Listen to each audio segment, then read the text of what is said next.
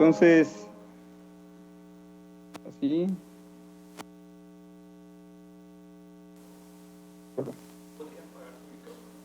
Ok, entonces aquí, así únicamente a modo introductorio, ¿no?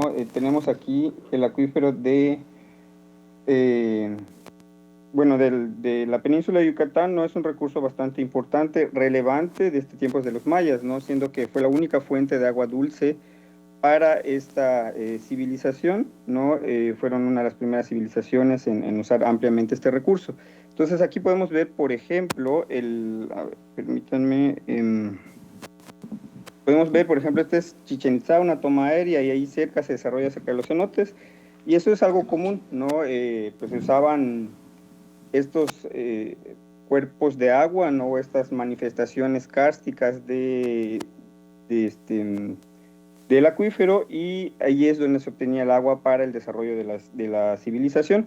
Entonces esa era una práctica común, ¿no? Se comenta, o según cierta literatura, los españoles tuvieron serios problemas porque no estaban acostumbrados a este tipo de ambientes a su llegada a nuestro país, ¿no? Entonces sí, una forma de resistencia de los mayas era bloquear las entradas a los cenotes y pues ya moverse, ¿no? Para que los españoles no tuviesen acceso a este recurso, ¿no? Entonces, estamos hablando de que el acuífero de Yucatán es un sistema frágil y complejo, ¿no? Es kárstico, se desarrolla en rocas altamente solubles, ¿no? Estos cenotes, precisamente, que mostraban la figura anterior, y las cuevas son una expresión de su naturaleza kárstica.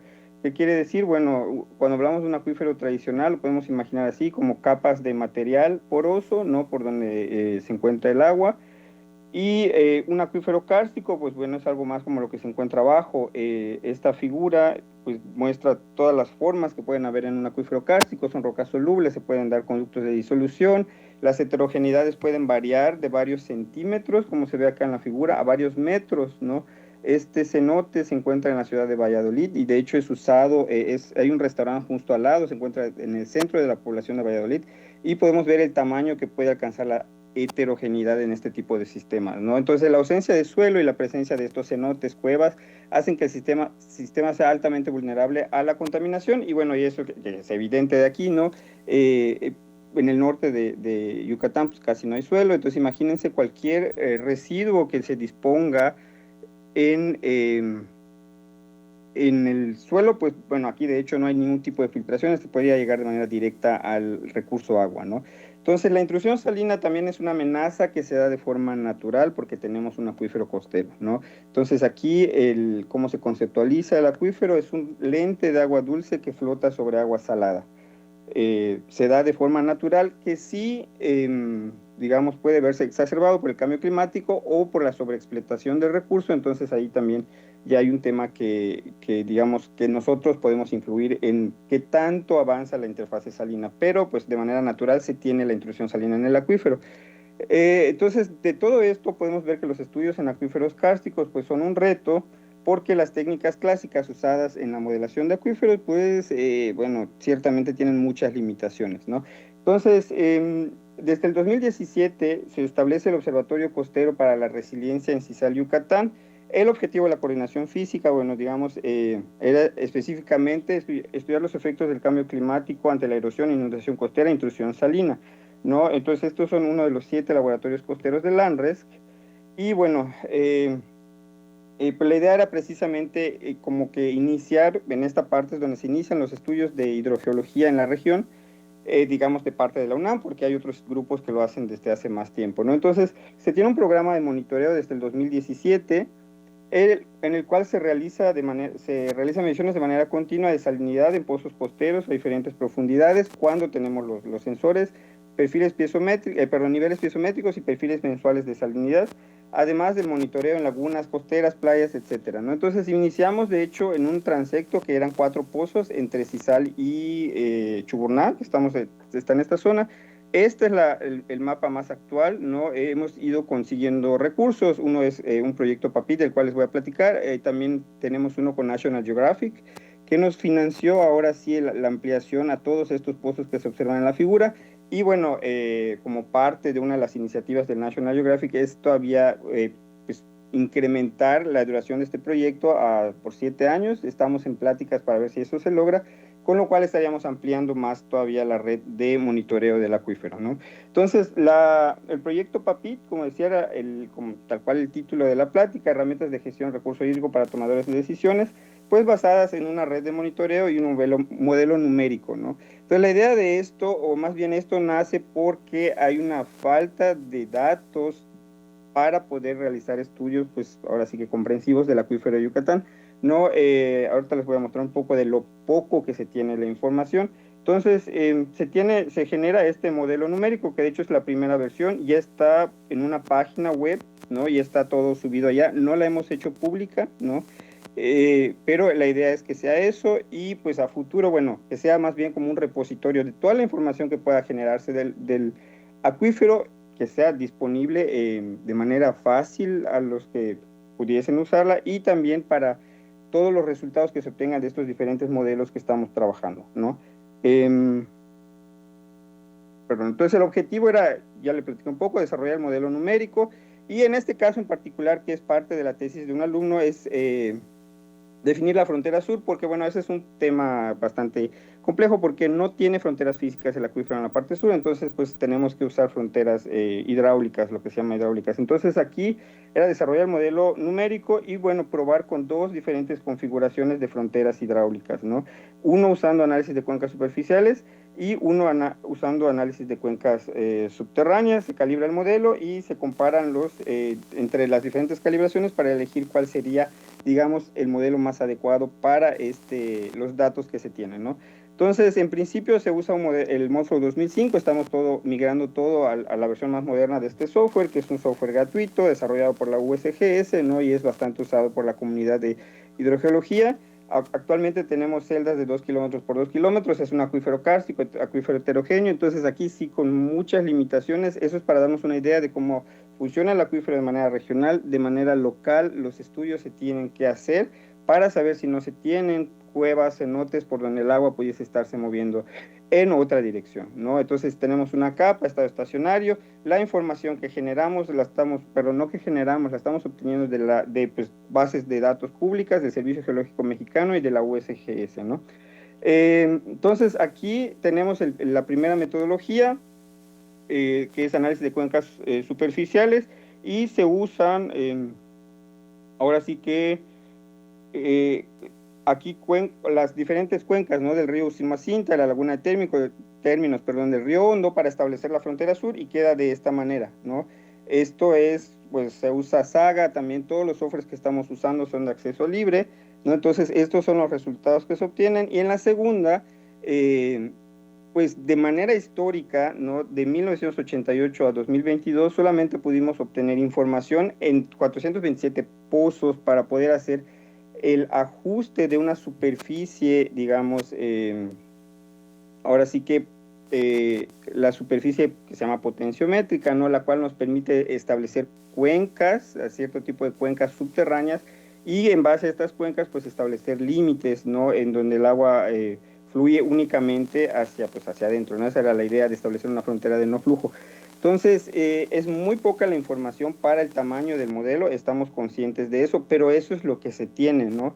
Son únicamente 427 pozos, nuestros datos, pues son, ¿cuántos tenemos actualmente? 19 pozos, pero para el tamaño digamos, de la zona y la resolución, mientras más información tengamos, pues mejor, ¿no? Mejores los resultados que se obtengan. Entonces se prueban usando se calibran diferentes configuraciones, son 8, de hecho aquí faltaron poner 2, pero son 8 diferentes configuraciones, usando pues el análisis de cuencas subterráneas. La Sierrita de Ticul es un punto particular, que es esta falla geológica que se tiene acá, y bueno, ahí se prueba usando una barrera de flujo o bien una línea de flujo preferencial, no es una falla geológica.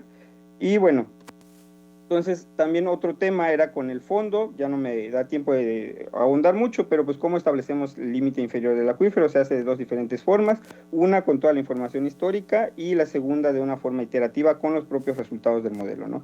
Entonces, pues ya para no quitarles más su tiempo, se realizan todo esto, se establece usando pues, los resultados de estos criterios de información que se le llaman, que lo arroja el mismo software de calibración, Y entonces resulta que el modelo que tiene el menor error, ¿no? Aún así es un error considerable, es el modelo A1, ¿no? Que es el que tiene, usando análisis de cuencas subterráneas, la cerrita de Ticul como una barrera de flujo y el fondo de forma iterativa, ¿no? Y bueno, las líneas equipotenciales para ese modelo se miran de esta forma. Tenemos líneas donde la carga hidráulica es la misma, ¿no?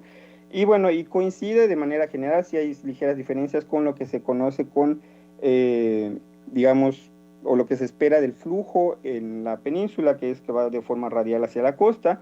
Sin embargo, recordemos, bueno, que estamos limitados por la cantidad de datos que se tiene, ¿no?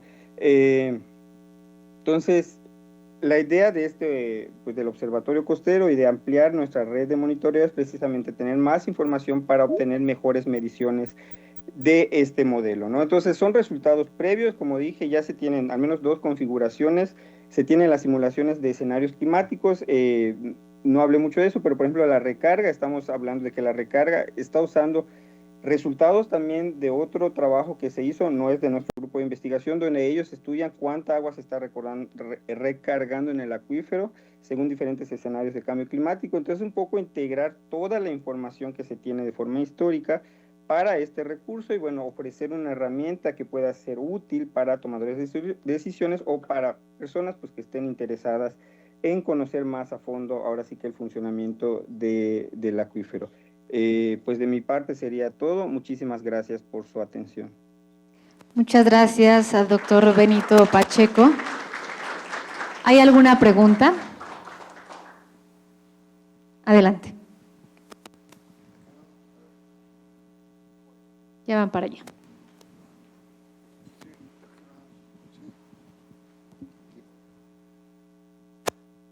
Gracias. Felicidades por la presentación. Yo no soy experto en agua subterránea, soy José Antonio Barrios de Ambiental, pero tengo entendido que para casos así de análisis de aguas subterráneas, donde no tienes suficiente información, puedes utilizar alguna información satelital, por ejemplo, en la misión GRACE, ¿no? Que te puede dar cambios de almacenamiento a lo largo del tiempo en los 20, 22 años que lleva la misión. ¿No han pensado a lo mejor complementar el análisis con ese tipo de información? Sí, definitivamente, gracias por la pregunta.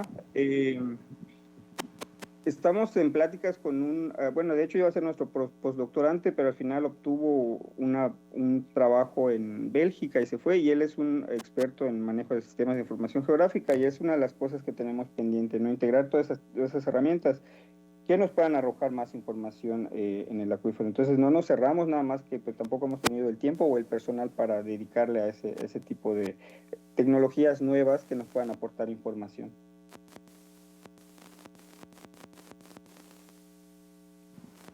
Muchas gracias. ¿Alguien más?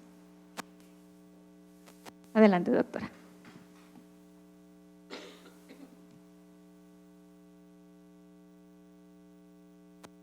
Hola. Ahí está. Sí, felicidades, doctor Pacheco, por su presentación. Nada más una curiosidad. Bueno, Florida está muy cerca de la península y usualmente a veces se tienen colaboraciones, también tienen tienen karst allá. ¿No tienen colaboración con ellos? Sí, de hecho, y bueno, yo tengo mi doctorado, lo hice en Florida State University, ¿no? Estoy en contacto con el que fue mi asesor. Ahora tenemos un investigador que está haciendo una estancia con nosotros. Él es de USF, Universidad de South Florida, y también estamos trabajando en lo que viene siendo, pues ya incorporar temas de transporte de contaminantes en el acuífero, ¿no? Entonces sí hay una estrecha relación con Florida, ¿no? Precisamente porque tienen un sistema muy parecido, incluso hay un trabajo muy antiguo ahí de los 80s de un investigador que compara ambas penínsulas, está bastante interesante, ¿no? Sí, y nada más una curiosidad, bueno, yo voy frecuentemente allá a la península y cada vez es más frecuente la perforación de pozos en las casas para llenar las piscinas.